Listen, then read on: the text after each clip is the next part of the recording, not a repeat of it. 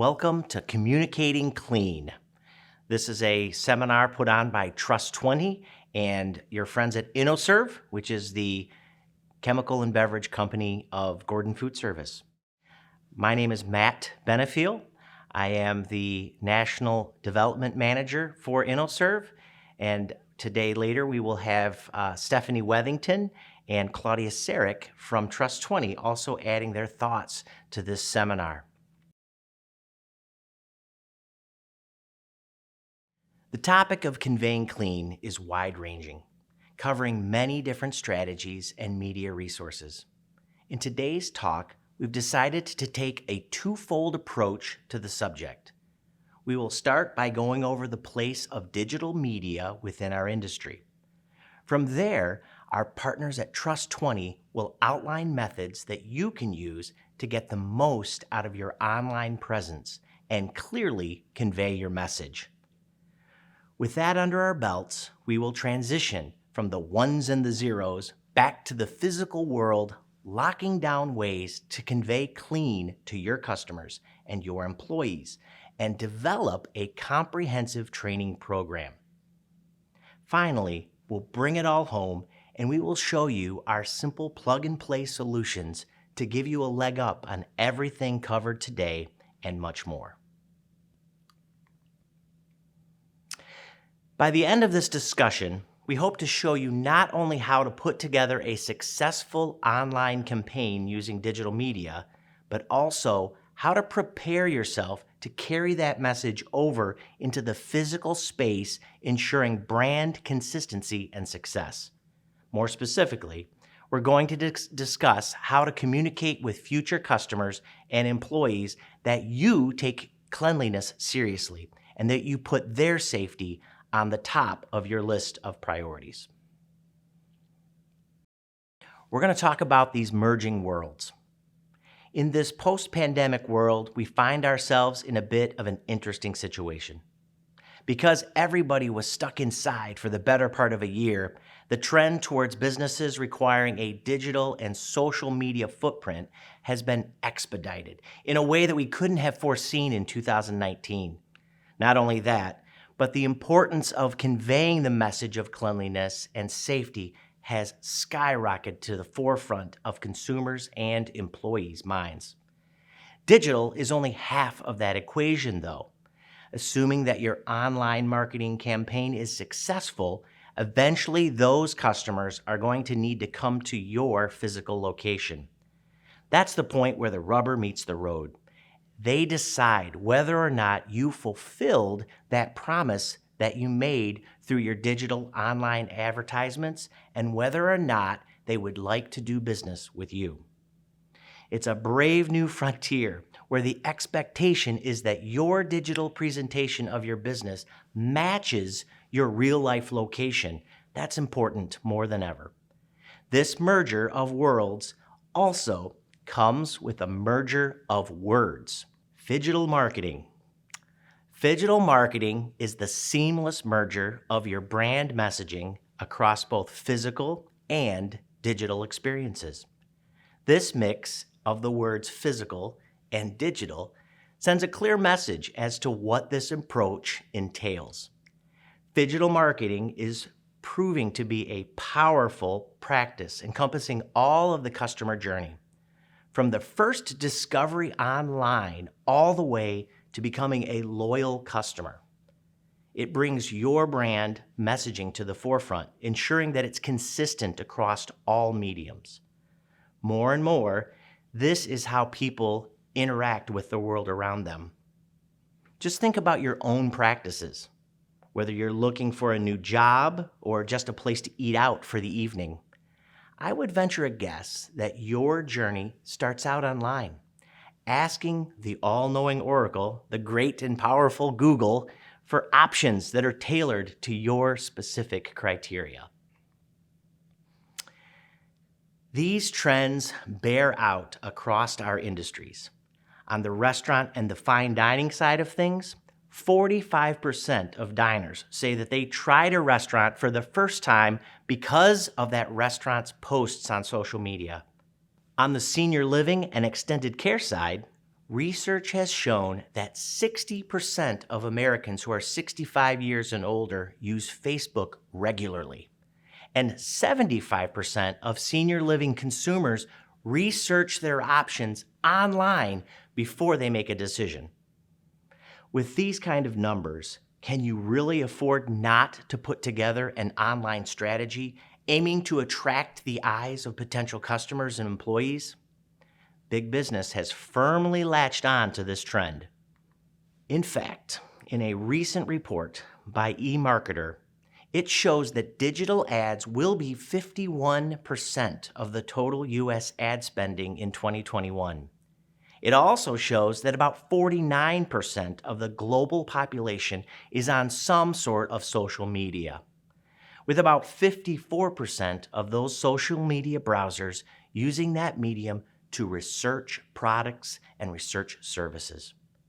Taking a microscope to those numbers and looking at how much time that average consumer spends online, it's clear to see why marketers are taking advantage of this trend. Which brings us to the question, how do you digital? What does the digital process look like with your organization? How good is it? To reference these questions, our partners at Trust20 have put together a video to help you get your arms around the why and the how of developing an online strategy. Check this out and see what similarities you see to the current digital strategy at your organization. Claudia Sarek and Stephanie Wethington do a wonderful job in this recent webinar, sharing some ways that you can communicate with your staff and your consumers that your organization is clean and a safe place.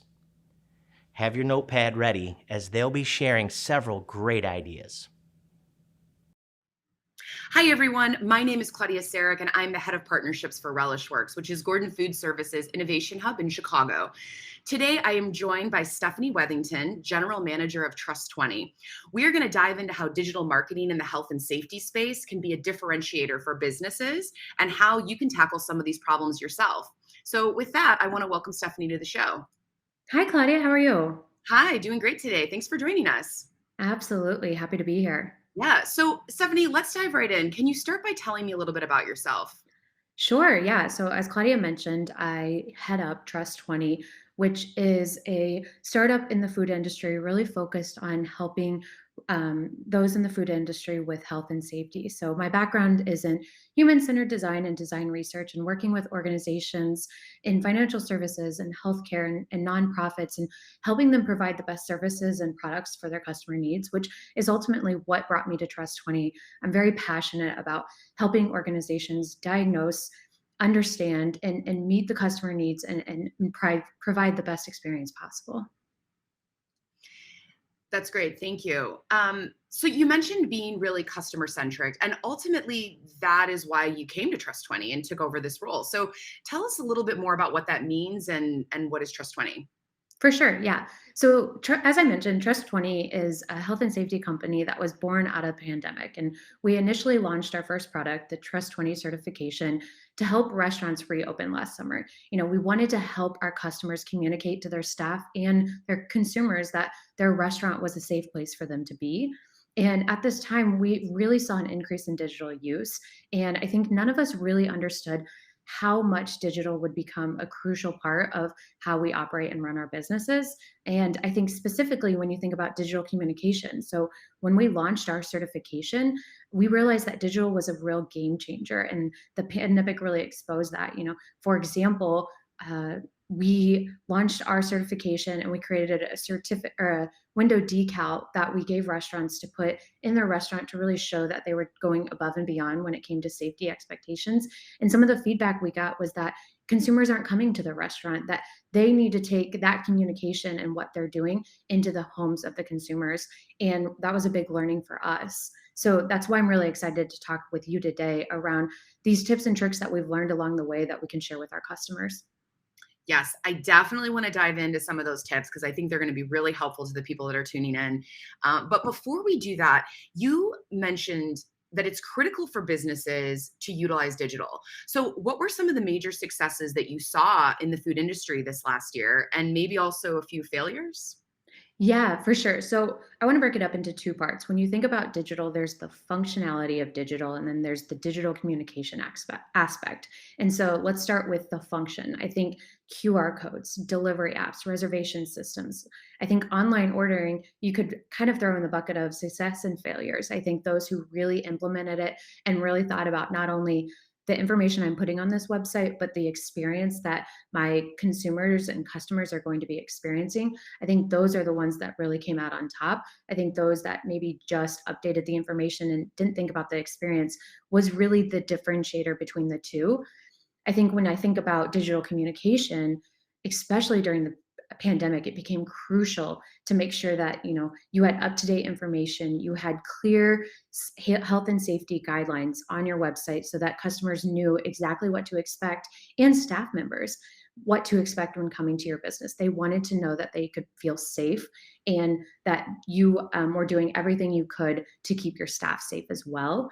And I think that was really crucial. And even updating hours changed a lot for a lot of businesses, and having that up to date information was really important during the pandemic, and it's carrying through. And I think the ones that again thought about that experience and thought about when the customers are coming, what the state of their mind is. They're concerned, they're not sure what businesses are open, how long they're going to be open for. And I think that was something that really differentiated businesses.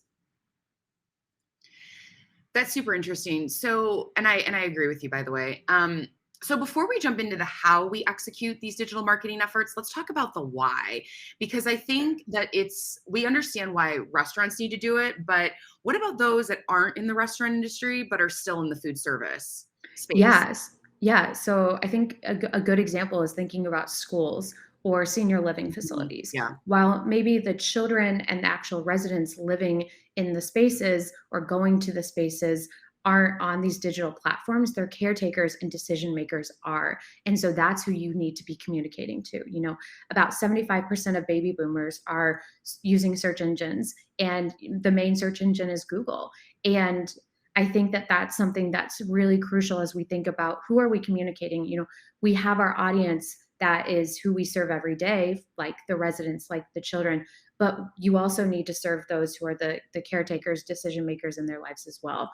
I saw I saw a study done by the Open University in 2019, and I think something else that was important that came out of that study is that staff members are also caring about this digital communication, especially around the health and safety. In that study, 80% said that they go to a social media site and a website to figure out what that business is doing and if they're interested in applying there. And that's the first touch point. So it goes back to that updated online digital presence, which is super, super important for these businesses to attract customers, their caretakers, but also the staff, which we're seeing a huge, huge problem with the labor right now. Yeah, and you know what? I'm not really surprised by these statistics. And I know we just threw up a stat about the baby boomers being on using search engines to find information about senior living. I mean, I think about my parents; they're online all the time. They're on their phones, they're Absolutely. online, they're searching, they're using email. They're just as tech savvy as I am, really. So, okay, let's jump into some of the tactics you mentioned above. What are some of the things the audience can start doing today from a digital and communications perspective in order to help them move forward to this safe, clean, and healthy environment? Sure. I think first, I think just to get it out there that digital does not have to be complicated. I think I've said it 5 times already in this conversation, but one of the most important things is just having an up-to-date presence, being available online, being on channels where your customers and prospective customers are going. A prospective customer is going to come to your website or maybe your social media accounts, check you out, and then they're going to go to the other. They're going to have multiple digital touch points with you without you even knowing it, without even reaching out. And so you need to make sure that that information is information that's going to make them take the next step to either visit your business, schedule an appointment, come in and try your food. And so I think that that's super important, and that's something that's really hard for us to see because we don't always see those touch points that the customer is doing. So that was something I just wanted to throw out there, that it doesn't have to be complicated. And today I'm going to focus on these 5 areas. And I would say that these are the 5 things that really help you get your strategy started, and the things that you should be doing today that will help you make decisions on what to do long term. So, 1, I think managing reviews. 2, revamping your website and making sure that it's up to date. 3, really utilizing the social media channels where your prospective and your current customers are. I think that one's really crucial, is knowing what channels to be using. 4, try and test paid ads. And 5, creating an email customer list. So after today, we will have a handout for you all to go online and look at and dive into each of these 5 more tactically. But I think for today's purposes, I'm just going to hit on a few of them for time's sake. And one of them is, managing reviews. I think I found a statistic that said 76% of consumers trust online reviews as much as they trust personal recommendations, which that really blew me away, because when I think about, for example, these senior living facilities and the decision makers that are considering, well, my grandma went there and my aunt went there, my mom's there, so obviously my dad's going to go there too. And that's not really the logic that we're seeing anymore. They're going online and they're saying, where can I safely and confidently put my loved one? And I think that seeing that and knowing that reviews have such a crucial part in how they make decisions is super important for all businesses to be considering. Yeah, that review one, this statistic we have thrown up on the bottom, I mean, when I think about myself and I Google things, even if it's a new doctor I'm considering, or a restaurant or anyone, the first thing that pops up in the Google search engine are the gold stars. So it's like you click into it and you can see all these reviews, and I absolutely read through them and see what people are saying. And if I open up Google and I see someone's got 2 stars versus like 4 or 4.5, I'm like, of course I'm going to go with that one. Absolutely. And I think it's only going to increase, because as our future generations have grown up with Yelp, Google, Yeah. OpenTable, Resi, all of these reservation systems, you name it, they've used it, and they're really trusting, people they don't know as much as their loved ones, friends and family that they're close to, which I think is really telling about how much digital communication and digital marketing is going to change the business industries. Yeah, totally. So with that though, that's a really good segue into social media. So I want you to talk a little bit more about the social side of this, and because everybody's online, everybody's on Facebook and Instagram and Twitter, and these things are blowing up constantly. So talk to us a little bit more about that. Yeah, I think sometimes the social media channels can become overwhelming. There's a new one coming up every year. You are trying to figure out, should you get on board? Should you stick with the one that you have? And I think that it's business by business decision which channels you're on. And I think social media is a really good one to get started with, because there's a very low barrier to entry from a participation standpoint and an engagement standpoint. You can pick 2 to 3 platforms where you think your customers are and figure out what kind of frequency should you be posting? What kind of content should you be posting? And I think, it's not just about showing your facility hours or showing your facility. There's a lot other things that you can post that your prospective customers and current customers are wanting to be engaging with, that will make them see you as a differentiator. For example, what if you did a bio on your staff and really highlighting the workers and their education and their experience to differentiate you? Or if you talked about your health and safety of your business and posting that and really clearly communicating how you're caring for those in your establishment. You could post a video and a tour of your facility, really showing things that maybe aren't obvious in some of the photos on your website. I really like resident or customer spotlight, because you're hearing a testimonial from someone who's actually decided to do business with you. And I think that can go a long way for a prospective customer.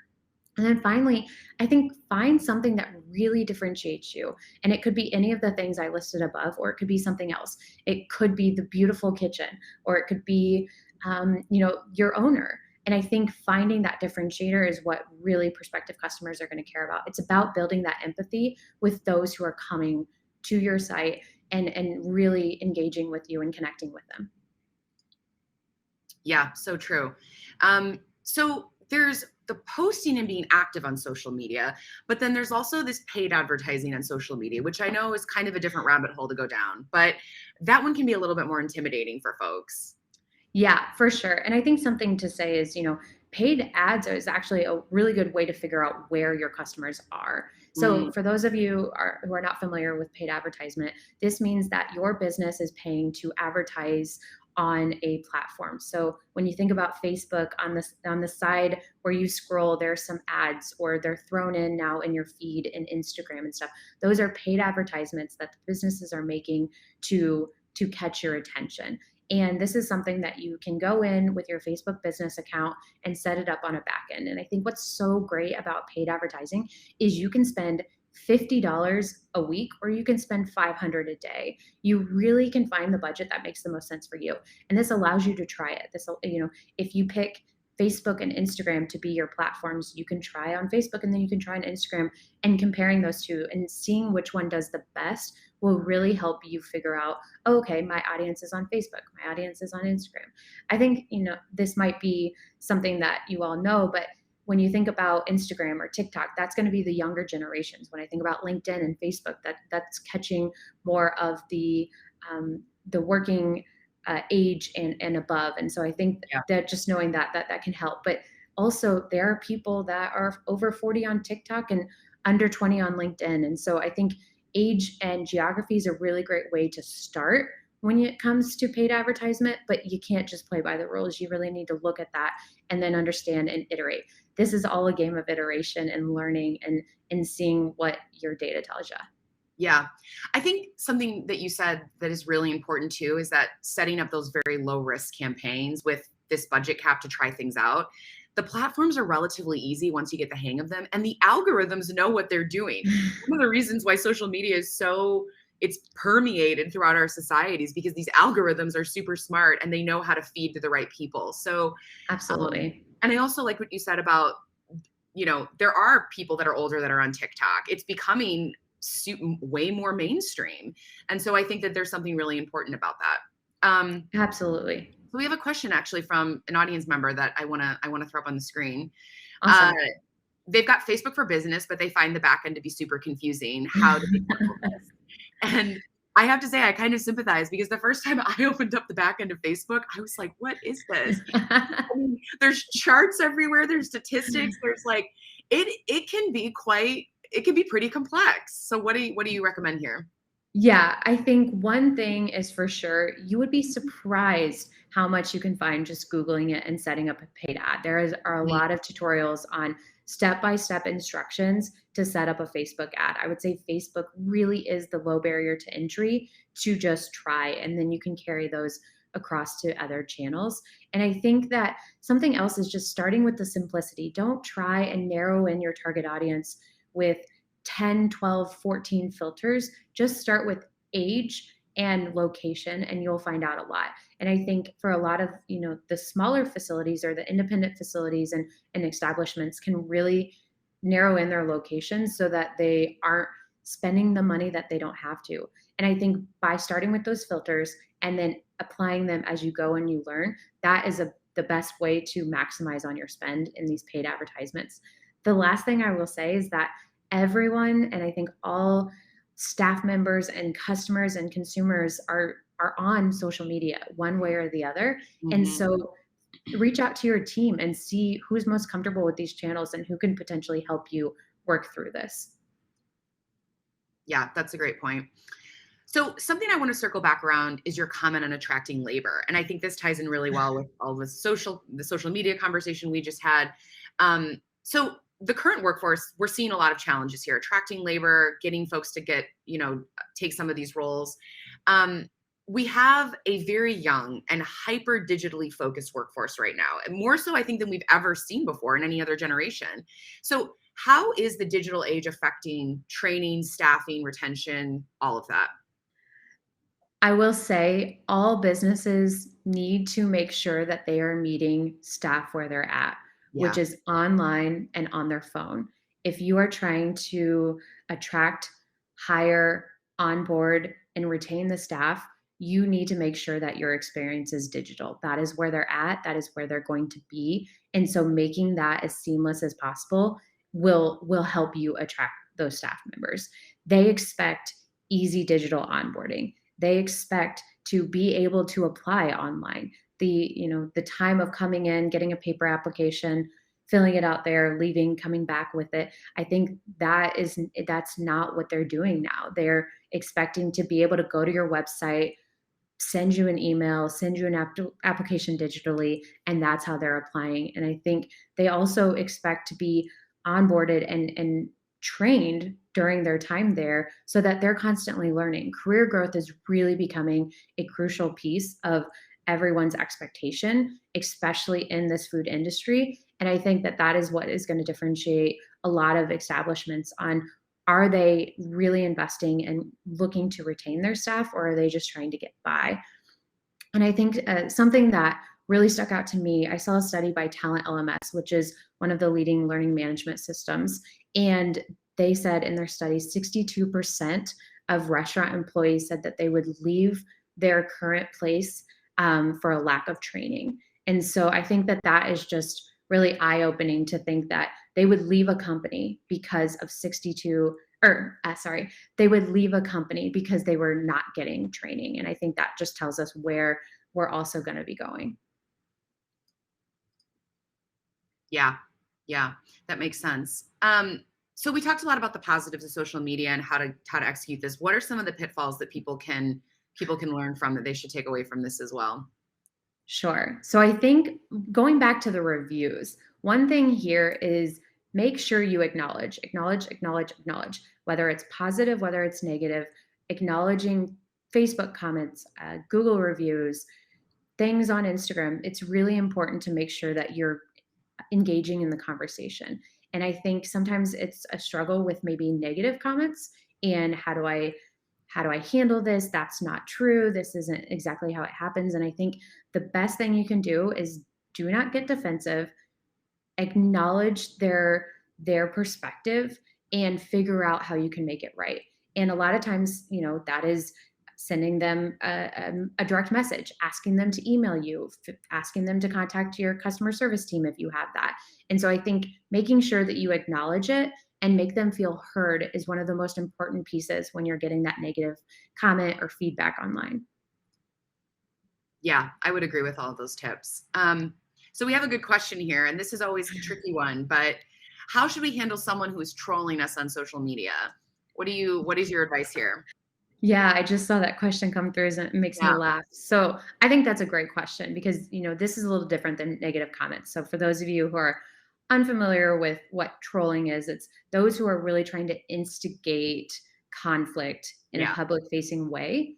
And so my advice for this is to, again, address it head on and acknowledge it, that they're upset and you understand and you hear that they are upset, and ask them to directly message you. You want to take it offline. You don't want to keep it kind of in that public setting where you respond and people can start then commenting on what you're responding. So I would absolutely just ask them to directly message you, take it offline, and figure out how you can make it right. I would say, sometimes I do see on Facebook or Instagram that when someone is trying to troll a business, a lot of their current customers or prospective customers or followers come and respond for the business and say, Yeah. you're crazy, or hey, this isn't appropriate. And I think that's really cool. And I think that kind of gives you confidence as a business of you're doing the right things. But I think it's also really important for you to make sure you're in the conversation. Yeah, that's a really good point. I've definitely seen in the comment boxes of other folks kind of going at the person that's doing the trolling and making the comments back. And you're like, oh, okay, if you want to, you're fighting for me here. I don't even, but I still think it's important to ask them to take it offline. I like your advice to say, hey, DM me or call their customer service number. I think those are all good tips. I would say that other pitfalls, I know back to the original question, Yeah. is just don't forget about mobile. Everyone's on it. They're going Yeah. to be on it. So don't forget about mobile. And then don't try and target everyone. Everyone is not your target audience. And so use those specific criteria to start and learn and make sure that you're narrowing it in every step of the way digitally.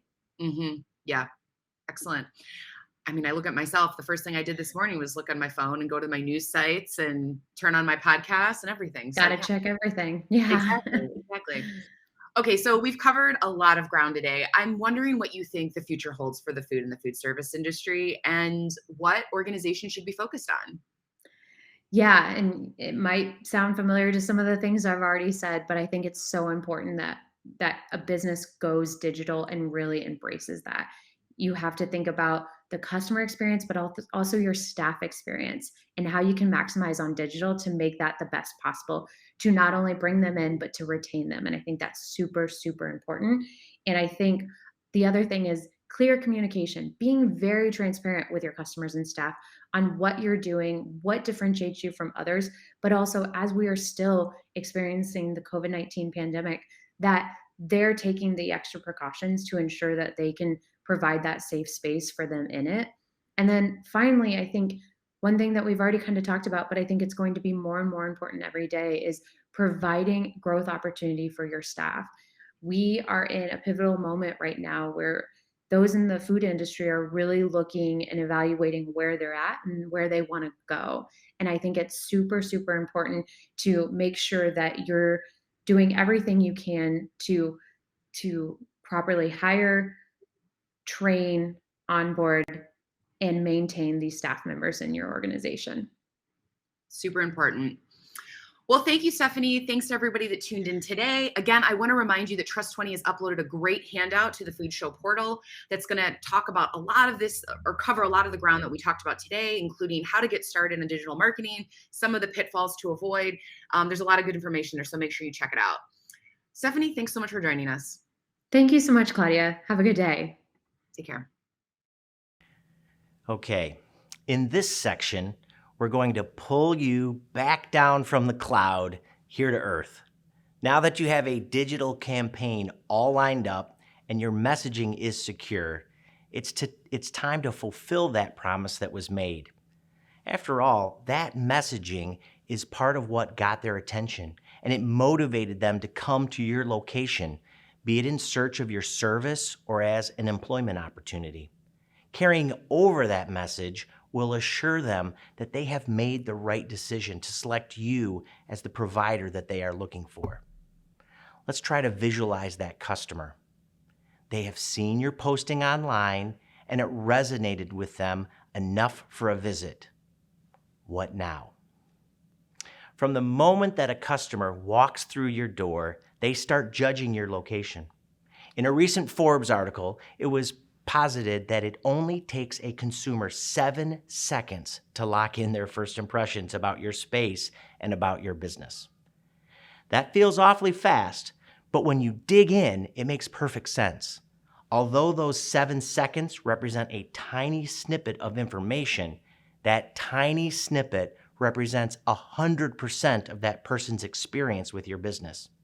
From that point on, other information received is filtered through that 7-second impression. This is known as a first impression filter, and it's something that you want to make sure that you are on the right side of. As they say, you don't get a second chance at first impressions. I am sure if you think back, you can recall a time when you formed a negative impression of a space that quickly. Perhaps you were hit with a musty smell when you walked through the door. Or maybe the server missed cleaning some spill from the table before you were seated. Perhaps it was everything going great. It was a wonderful experience until you got to look at their bathroom. Our public spaces are important to us, and sending the correct impression, especially within that limited window, is paramount to fulfilling our online promise. Studies show that 51% of visitors will overlook poor service if the space is clean and inviting. Moreover, 57% report that a clean table is more important to them than the quality of the food, which honestly, that feels on the lower side to me. Finally, a whopping 73% of customers surveyed say that a smelly restroom is worse to them than receiving the wrong order. Clearly, presenting a clean and welcoming appearance is vital to your success with customers. But that is only half the equation. If success is where talent meets opportunity, then your employees, your talent, also have a very loud voice here. Studies show that enjoyment of one's job, or even the willingness to take on employment from a business can be directly affected by the perceived cleanliness of the space. Of course, this makes sense, as no one likes being stuck in a dirty environment for those 7 seconds, much less than for 8 hours a day. On the other side of that coin, a clean and safe environment has been proven to boost morale and productivity. Moreover, by making that positive first impression that we talked about, your chances of attracting and retaining talented employees goes up. A study done in 2018 by Torque, Essity's professional hygiene brand, presented data revealing a distinct connection between the safe, hygienic, and orderly work environments and the overall happiness of employees. Increased employee satisfaction results in increased efficiency, and it dramatically lowers turnover costs. Let's talk more about how cleanliness affects employees. That survey found that the majority of employees questioned identified operational efficiency, safety and hygiene, and organization of work environments as top enhancers of their happiness on the job. In fact, when it comes to positive influences on employee morale, the study concluded that efficiency, organization, safety, and hygiene rank considerably higher than other factors in a facility, such as advancements in technology and advancements in machinery.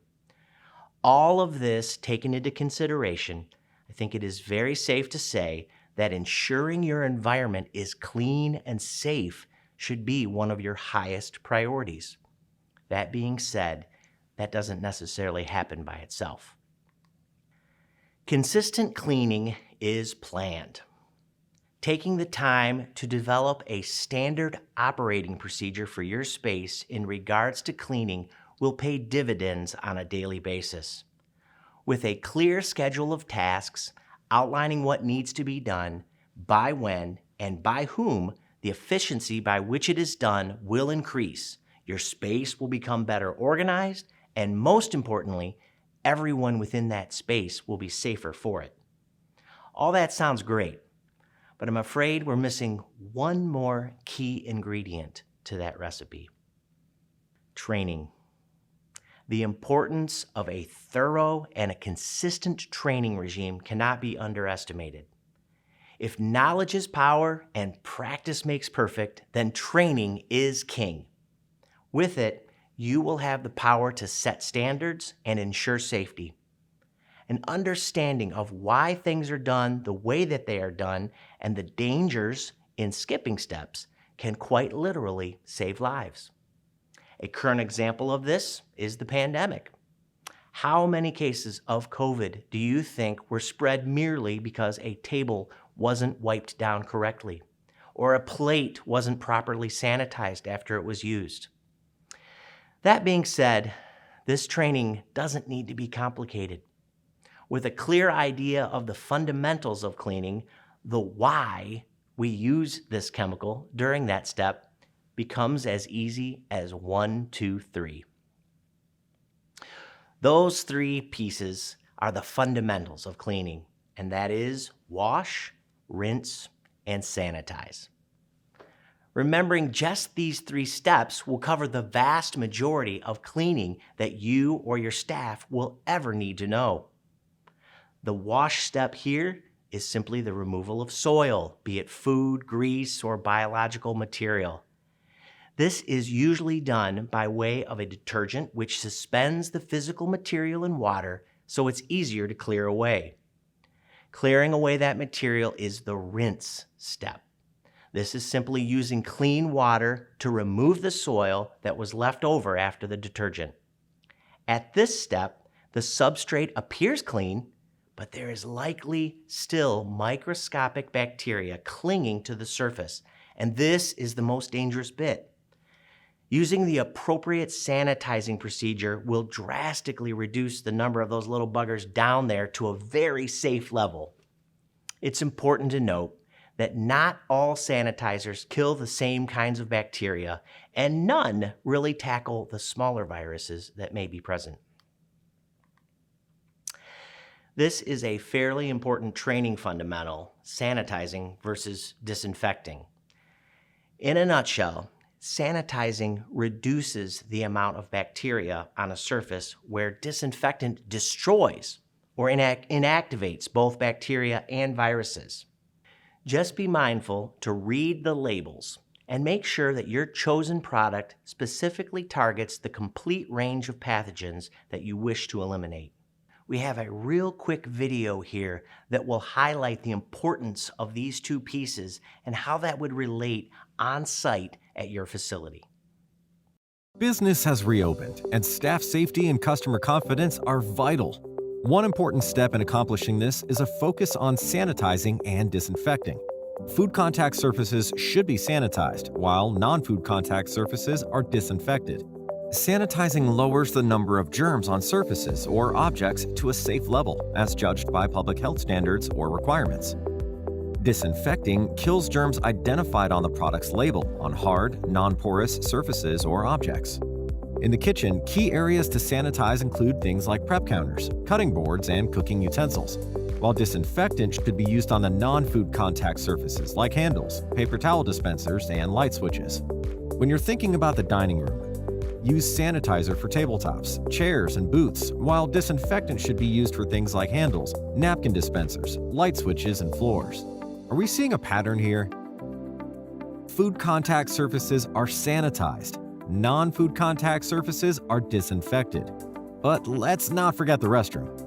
In this critical area, use disinfectant for things like handles, towel dispensers, light switches, toilet seats, faucets, sinks, and countertops. Whether you're sanitizing or disinfecting, make sure all food and debris is removed prior to use. Leave a good impression by using disposable towels on dining room tables and chairs. Use test strips to make sure products are effective while cleaning, and make sure you're allowing the product to air dry. It's also important to make a schedule and keep to it. Your guests and staff will notice that you're taking the proper precautions to ensure that everyone's safety and enjoyment are a top priority. Let's talk a little bit about in-service training and being aware, having your staff aware of those pathogens and those processes.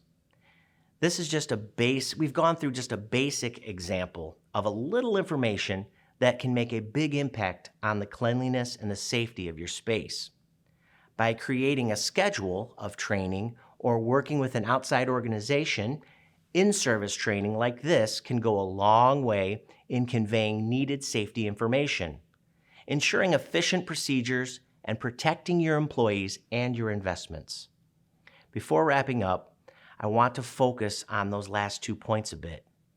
Protecting your people. This one should be a no-brainer. The people around us should be our number one concern. Proper training and the adherence to protocols learned not only promotes good health and morale, but it can go a long way to avoiding tragedy. Every year, we hear stories of someone sustaining some kind of chemical burn or mistakenly mixing chemicals together with dire consequences to themselves and to their fellow employees. It is easy to see how these things happen too. When we work with these things on a daily basis, it gets easy for us to be complacent in their use. Add to that a lack of training on proper handling and procedures, and you have a time bomb on your hands that could be avoided completely by scheduling an hour-long training every quarter. The second piece here is protecting your investments. Beyond your people, not only that, the training will go a long way in saving you money. Most of the equipment we use on a daily basis comes with a pretty heavy price tag. Proper training on the use of this equipment will help make sure that you get the most life out of them, the most life possible without wasting products and spending the extra money on labor hours when that machine goes down. Spend one night in a kitchen whose dish machine has gone down to see just what I mean. In closing, we want to talk about maximizing those efficiencies. A cohesive training program will go a long way in increasing your profits by decreasing your expenses.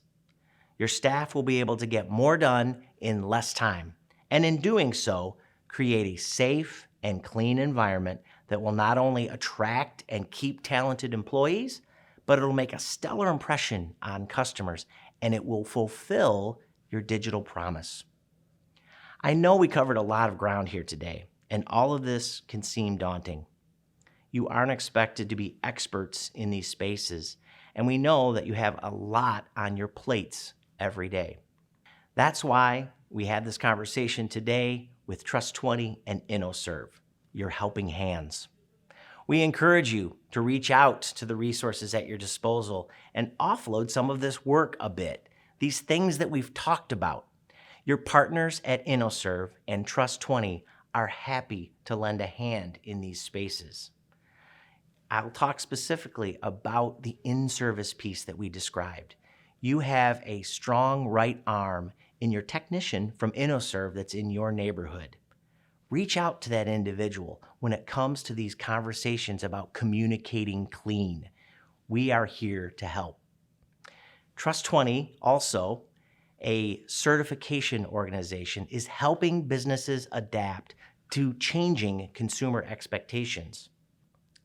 Trust20 is a team of human-centered designers, digital marketing specialists, product experts, and creative thinkers who are passionate about helping define a new view of safety.